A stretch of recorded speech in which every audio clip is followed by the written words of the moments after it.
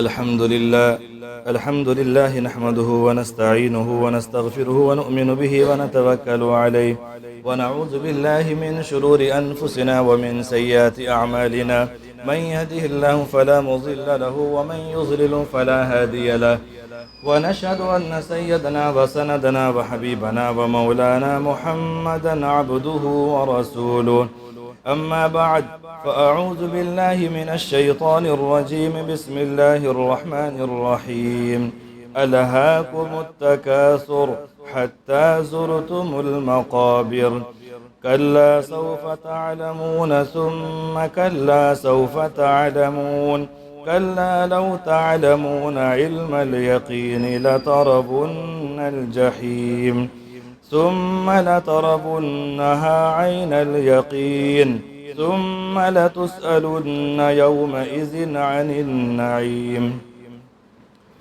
واجب الاحترام بزرگوں اور دوستو، ابھی آپ کے سامنے جو سورت تلاوت کی گئی اس کا نام ہے سورہ تکاثر۔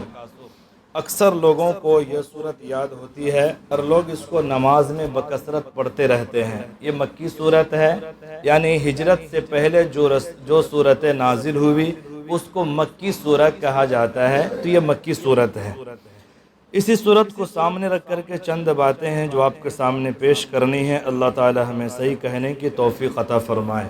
آسان انداز میں پہلے آپ ترجمہ سن لیجئے۔ الہاکم التکاثر، مال و دولت کے حاصل کرنے کی فکر نے یا مال و دولت کے حاصل کرنے میں ایک دوسرے سے آگے بڑھنے کی فکر نے تمہیں غفلت میں ڈال دیا ہے۔ حتی زرتم المقابر، یہاں تک کہ تم قبرستان میں پہنچ جاتے ہو۔ کلا، ہرگز ایسا نہیں کرنا چاہیے۔ ان قریب فسوف تعلمون، ان قریب تمہیں معلوم ہو جائے گا۔ یعنی جب آدمی مر کر کے قبر میں جائے گا، حشر میں پہنچے گا تو اس سے معلوم ہو جائے گا کہ مال و دولت کی ذاتی یہ کامیابی کی دلیل نہیں ہے۔ ثم کلا سوف تعلمون، اللہ تعالیٰ پھر فرما رہے ہیں کہ پھر ہرگز نہیں، تمہیں ایسا نہیں کرنا چاہیے، ان قریب تمہیں یہ حقیقت معلوم ہو جائے گی۔ کلا، پھر تیسری مرتبہ اللہ کہہ رہے ہیں ایسا ہرگز نہیں کرنا چاہیے۔ لو تعلمون علم الیقین، کاش کہ تمہیں یقین کا علم آ جائے، یعنی اگر تم غور و فکر کرو تو اس نتیجے پر پہنچ جاؤ گے کہ اللہ کے نزدیک کامیابی کے معیار مال و دولت کی ذاتی نہیں ہے۔ اگر تم یہ یقین حاصل ہو جائے تو پھر دنیا کے لیے اس قدر فکر کرنا بند کر دو گے۔ لَتَرَوُنَّ الْجَحِيمَ، پھر لازماً تم جہنم کو ضرور دیکھو گے۔ ثُمَّ لَتَرَوُنَّهَا عَيْنَ الْيَقِينَ، پھر تم جہنم کو اپنی یقین کی آنکھوں سے دیکھو گے۔ ایک تو یہ ہے کہ نبی نے بتایا، قرآن میں پڑھا تو ہمیں یقین ہے کہ جہنم ہے۔ ایک وہ وقت آئے گا کہ جب جہنم کو سامنے لایا جائے گا تو پھر مشاہدے والا یقین ہو جائے گا۔ ثُمَّ لَتُسْأَلُنَّ يَوْمَئِذٍ عَنِ النَّعِيمِ، پھر تم سے ضرور اس دن ہر نعمت کے بارے میں سوال کیا جائے گا۔ ترجمہ سے اتنا تو ہمیں معلوم ہو گیا کہ اللہ رب العزت نے اس صورت میں بہت ہی پیار کے ساتھ بندوں کو ایک بات کی طرف توجہ دلائی ہے، اور وہ کیا ہے کہ ایک انسان ماں کی پیٹ سے دنیا میں آتا ہے، بچہ ہے، جوان ہو گیا، آدھر عمر کو پہنچا، موت کو چلا گیا۔ یعنی ہر انسان یہ دیکھ رہا ہے کہ دنیا کا نظام صدیوں سے چل رہا ہے، جو آیا ہے اس کو جانا ہے، کوئی ہمیشہ کے لیے اس دنیا میں نہیں آیا ہے۔ ایسی کوئی ایک مثال نہیں ملتی کہ جو دنیا میں آیا رک گیا، اس کو جانا نہیں ہے۔ کل من علیہا فان، سورہ رحمان میں ہے کہ جتنے بھی چیز ہیں اللہ کے علاوہ ہر ایک کو مرنا ہے اور موت کے راستے سے گزرنا ہے۔ تو جب ہم یہ دیکھتے ہیں کہ دنیا میں جو بھی آتا ہے چلا جاتا ہے تو اس سے یہ بات سمجھ میں آتی ہے کہ یہ دنیا منزل نہیں ہے، یہ سفر کی جگہ ہے۔ منزل کا مطلب ہے کہ جہاں رکنا ہے۔ اگر یہ دنیا منزل ہوتی تو کم از کم چند لوگ ایسے ہوتے جو بہت پہلے آئے، ہمیشہ سے ہیں، اس کو جانا نہیں ہے، لیکن ایسا کوئی بھی دنیا میں نہیں ہے۔ تو اس سے معلوم ہوا کہ دنیا ہماری منزل نہیں ہے، یہ سفر کی جگہ ہے۔ اور سفر کے بارے میں ہر عقل مند آدمی جانتا ہے ایک انسان کو سفر کرنا ہے تو ان کا سفر بے مقصد نہیں ہوتا ہے، کسی نہ کسی مقصد سے کوئی سفر کرتا ہے۔ کوئی سفر کر رہا ہے دوسرے ملکوں کا تجارت کے لیے، کوئی کر رہا ہے حج و عمرہ کے لیے، کوئی کر رہا ہے دین سیکھنے کے لیے، کوئی کر رہا ہے رشتہ دار سے ملاقات کے لیے۔ تو جس کے کھوپڑی میں تھوڑی بہت عقل ہو وہ آدمی دنیا میں بلا وجہ کے سفر نہیں کرتا۔ تو جب ہم اس دنیا میں آئے اور یہاں سے جانا ہے تو یہ بھی سفر کی جگہ ہے، تو لہٰذا ہمارا دنیا کا یہ سفر بے مقصد نہیں ہے۔ یہ بات سمجھ میں آ جاتی ہے۔ تو جب ایک آدمی بے مقصد سفر نہیں کرتا ہے تو اللہ نے اتنا حسین نظام بنایا اور چمکتی ہوئی دنیا کو بنایا، اس میں اشرف المخلوقات ہمیں بنایا، اور یہاں سے جانا ہے تو معلوم ہوا کہ ہم سفر میں ہے، اور ہمارا سفر بے مقصد نہیں ہوتا، لہذا یہ دنیا میں ہمارا آنا بھی بے مقصد نہیں ہے۔ وہ مقصد کیا ہے؟ قرآن کریم میں اللہ نے واضح انداز میں بیان کیا، ہم نے انسان جنات کو عبادت کے لیے پیدا کیا۔ عبادت کا مطلب ہے کہ جو کہاں کرو تو کرنا ہے، کہاں نہیں کرو تو نہیں کرنا، اس کا نام ہے عبادت۔ اب آدمی 24 گھنٹے کا تجزیہ کرے اپنی زندگی کا، یہ آیت سمجھ میں آ جائے گی۔ اللہ نے 24 گھنٹے ہمیں دیے ہیں ایک دن اور رات میں۔ اب آدمی سوچے کہ 24 گھنٹے میں کتنا وقت میں اس مقصد کے لیے لگا رہا ہوں جس مقصد کے لیے اللہ نے بھیجا ہے، اور کتنا وقت دنیا زیادہ سے زیادہ کمانے کی فکر میں لگا رہا ہوں۔ اس سمجھ میں آ جائے گا کہ ہم دنیا میں کس فکر میں ہے۔ یہ ہے الہاکم التکاثر۔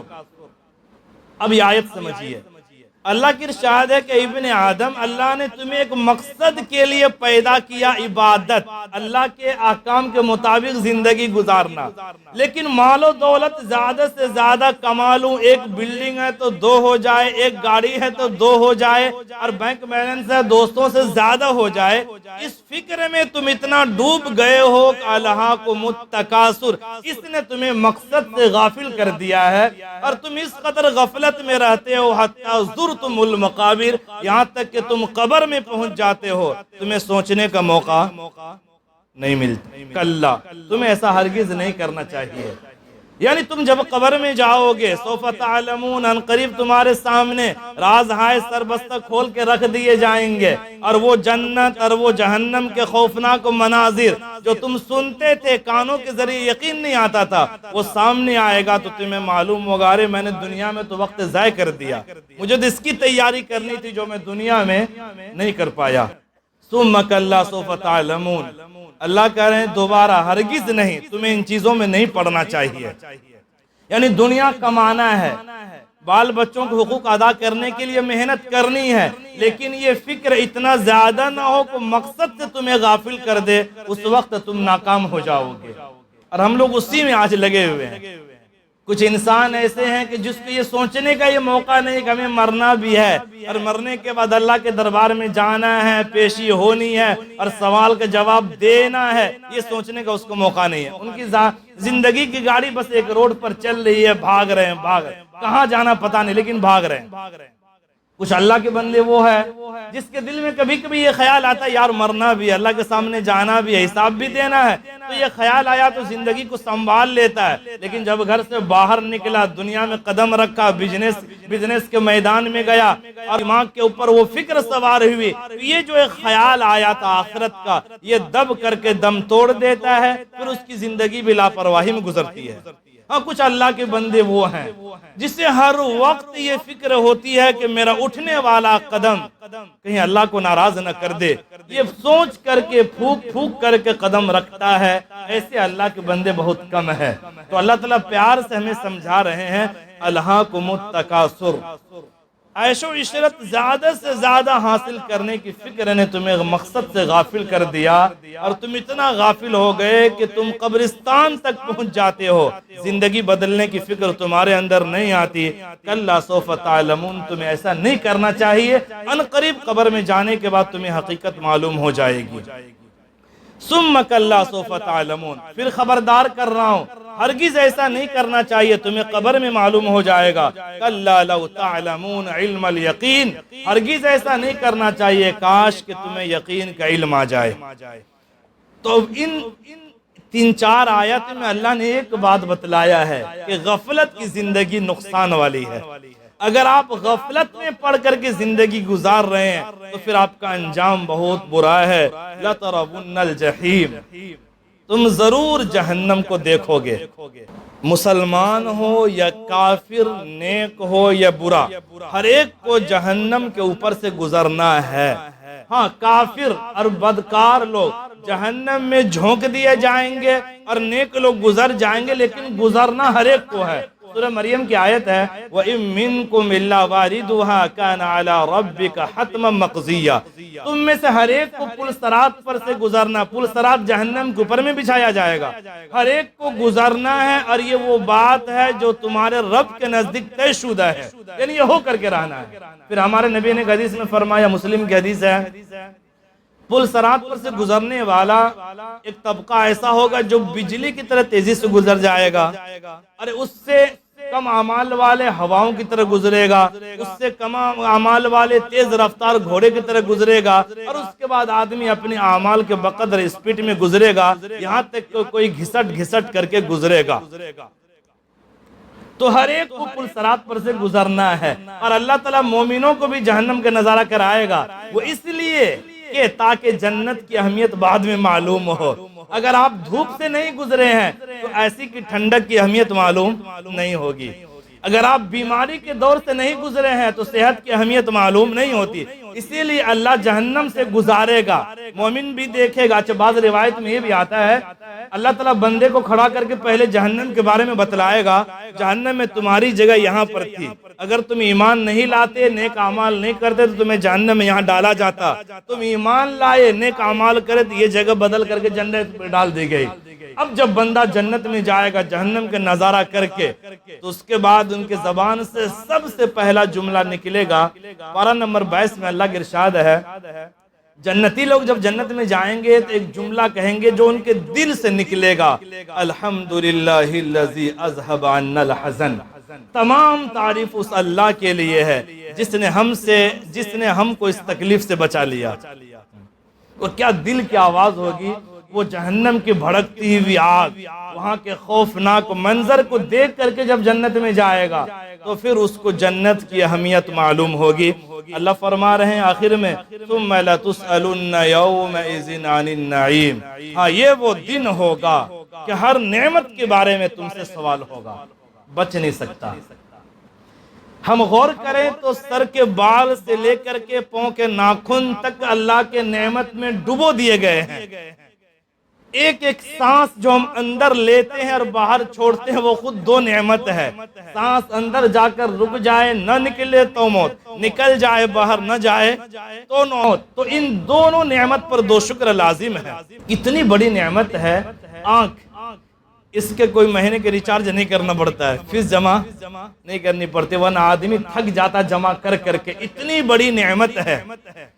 اس آنکھ کے اندر پانی ہے، وہ پانی کے آنے کی وجہ سے ہم لوگ آنکھ بند کر پاتے ہیں، کھول پاتے ہیں، اگر وہ پانی ختم ہو جائے پھر آنکھ نہیں کھلے گی، حرکت نہیں کرے گی۔ وہ کتنی بڑی نعمت ہے، اور چونکہ مفت میں ملی ہے تو ہم اس کی طرف سوچتے نہیں ہیں۔ میرے ایک آدمی سے ملاقات ہوئی تھی پونڈا میں، میں سنڈے کو بیٹھا ہوا تھا، ایک کرسی پر ایک آدمی آیا، بات ہو رہی تھی، کچھ مسئلے مسائل پوچھ رہا تھا طلاق کا۔